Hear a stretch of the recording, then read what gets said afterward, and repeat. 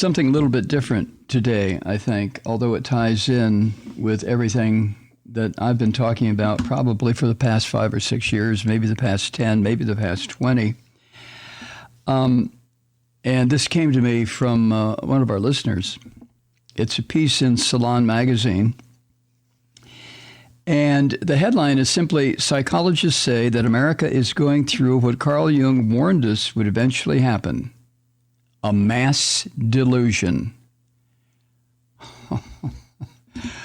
Whoa, well, really? The article by Nicole Carlos starts out by saying that in 2020, over a third of Republicans and independents who lean to the right, who were surveyed by the Pew Research Center, agreed that it was probably or definitely true that powerful people intentionally planned the COVID-19 outbreak.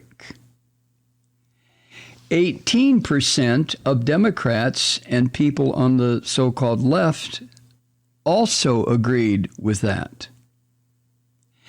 And that same year, 2020, results from a then new NPR PBS NewsHour Marist survey found that approximately 75% of Republicans did not trust the 2020 presidential election results. 75%.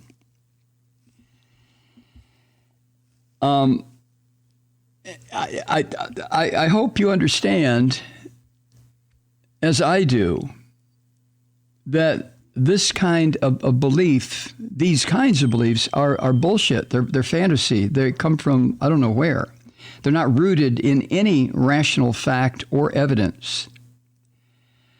Therefore, someone observing from a distance, someone who is not an American citizen, not a Democrat, not a Republican, somebody observing from a distance this rise in conspiratorial beliefs and bullshit science might decide that a vast number of Americans are delusional. If you start at the COVID truther movement, that it's some kind of a plot, and carry that forward to people believing the presidential election in 2020 was rigged, it appears that the American public, to put it mildly, is no longer on the same page. Well, no kidding. And then, as Nicole points out, given the perturbed, is her word, perturbed psychological state of so many Americans, it's worth asking if something is happening, psychologically speaking, that is causing so many of us to live in very different realities. Now, you know my feeling of this. As far as I'm concerned, this is what religious bullshit has done. But we're not talking about me. We're talking about Carl Jung's predictions. Well, psychologists say, yes, there is something happening that's causing Americans to break apart like this. And in addition, that what is happening was actually predicted by Carl Jung a long time ago. And in fact, the Swiss psychiatrist once wrote that the demise of society wouldn't be a physical threat, but instead would come as a result of mass delusion, sort of a collective psychosis. A clinical psychologist, Dr. Carla Marie Manley, told Salon, quote, Carl Jung noted that the wolf inside man, was far more a threat to human existence than external forces. Dr. Manley added, quote, when mental forces become so toxic as to harm our overall well-being on an individual and collective level, a so-called psychic epidemic can result, end quote. In fact, as Nicole points out, Dr. Jung himself warned that modern society was prone to collapse due to a pandemic of what he called delusional ideas. Jung wrote this, quote, "Greater than all physical dangers are the tremendous effects of delusional ideas, which are yet denied all reality by our world-blinded consciousness. Our much vaunted reason and our boundlessly overestimated will are something utterly powerless in the face of so-called unreal thoughts." Let me state that again. I think that's a very important part of Jungian psychology. Greater than all physical dangers are the tremendous effects of delusional ideas, which are yet denied by reality, but our much vaunted reason and our boundlessly overestimated will are sometimes utterly powerless in the face of these unreal thoughts. And it should, at the end of the quote, and it should be noted that Jung believed that the United States was particularly prone to these society-smashing delusions. Well, before I go any further with this piece, here we are. We have arrived. Jung also wrote this, quote, "Anything new should always be questioned and tested with caution, for it may easily turn out to be only a new disease. That is why true progress is impossible without mature judgment. The person who is unconscious of the historical context and lets slip his link with the past is in constant danger of succumbing to the crazes and delusions engendered by all novelties." End quote. You get that?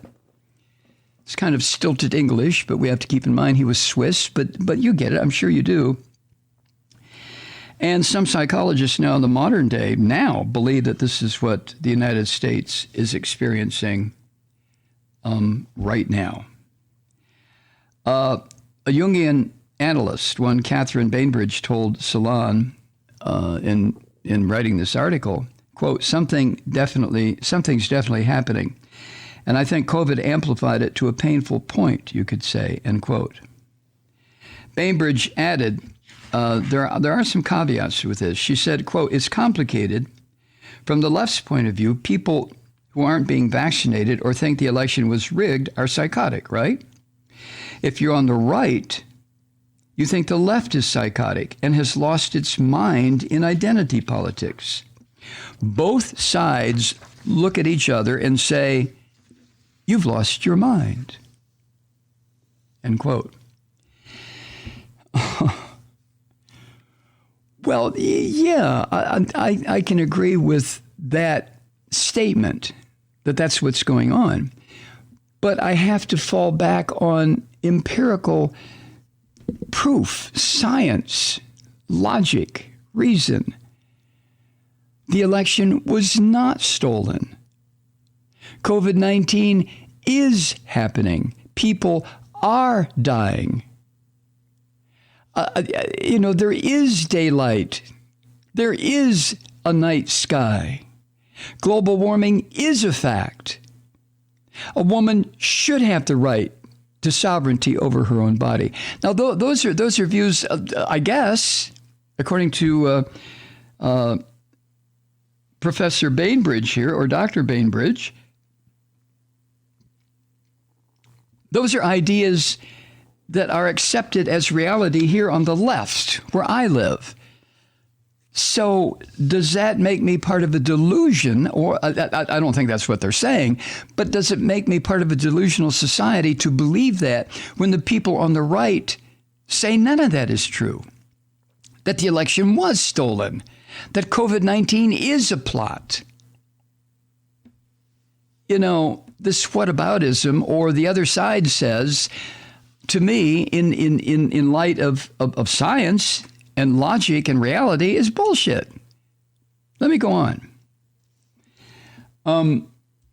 Nicole Carlos at Salon, she goes on to write, perhaps unsurprisingly, the concept of a mass psychosis has been seized upon by conspiracy theorists as a rationale for their conspiracies. For instance, the anti-vaccination freaks employ the term conspiracy or mass psychosis to suggest that those who are getting vaccinated are the real delusional ones. You see what I'm saying? And Dr. Bainbridge said that in order to contextualize what's actually happening in America today through a Jungian lens, you got to consider the role of a central guiding myth. Bainbridge said this, quote, Jung said man cannot live without religion, so you make it up.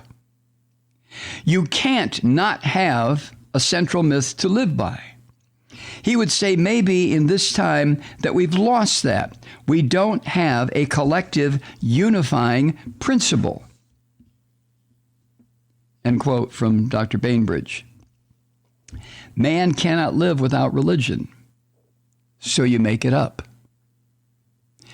This is where I, God help me, in my minuscule presence, totally disagree with Carl Jung. I think people can live perfectly without religion, provided they're not brainwashed from the first goddamn breath they take. But I digress.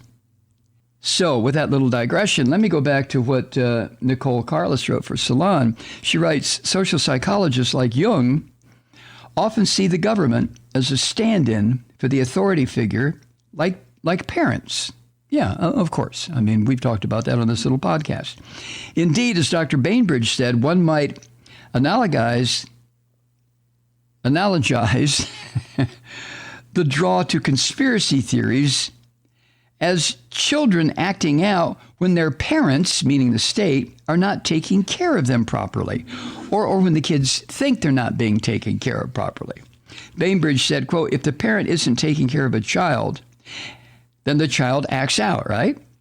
The child is angry because it's not getting its needs met. And there are lots of people who ask, like people on the left, who ask, how did Trump get elected? But once you really look into it, you're aware that was obviously because there's a huge part of America that actually lives in between New York and L.A., and those people are fed up and they feel forgotten. Okay, well, Dr. Bainbridge, what you just said there with your quote from the Salon article to me is horseshit. I mean, it really is. Okay, poor people between, I realize she's speaking metaphorically, between New York and L.A., those people feel fed up and forgotten. Oh, fucking stop your crying. I mean, what is this? People in Cleveland or Denver or Houston or Minneapolis feel fed up and forgotten by the federal government? So you're going to turn to conspiracy theories. Jesus God. So anyway, back to where I agree with Dr. Bainbridge. She says that the way out of this, from a Jungian perspective anyway, is to embrace humanism and empathy. Well, surprise, surprise. But Christian fascism or political fascism is anti-humanism, anti-empathy. So the people who desperately need to be reached with the idea of adopting a humanistic or an empathetic attitude are beyond reach. How are you going to reach them? How are you going to say to the QAnons and these militia fuckers, how are you going to say to them, hey, yo, look, you've got to start, you call yourself a Christian, right? Okay, you're really a Christian fascist, but you call yourself a Christian. You're going to have to start paying attention to what your holy book says, whether it's true or not, but what your holy book says your Messiah was all about. And he wasn't about shitting on people and treating people like dirt. He was about humanism, you morons, and empathy. Now, of course, you can't call them morons, right? But I'm not really talking to them because they would no more listen to this podcast than they would open a vein.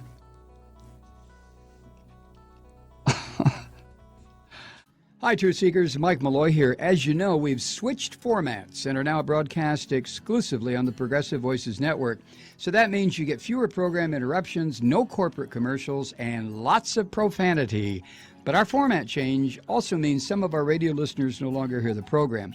It's been a while since I mentioned our podcasts, so you may have forgotten that there is a way to listen to this program anytime you need a good dose of screaming. Visit MikeMalloy.com and subscribe to our podcast. As a podcast subscriber, you can download the program to your mobile device and take me with you wherever you go.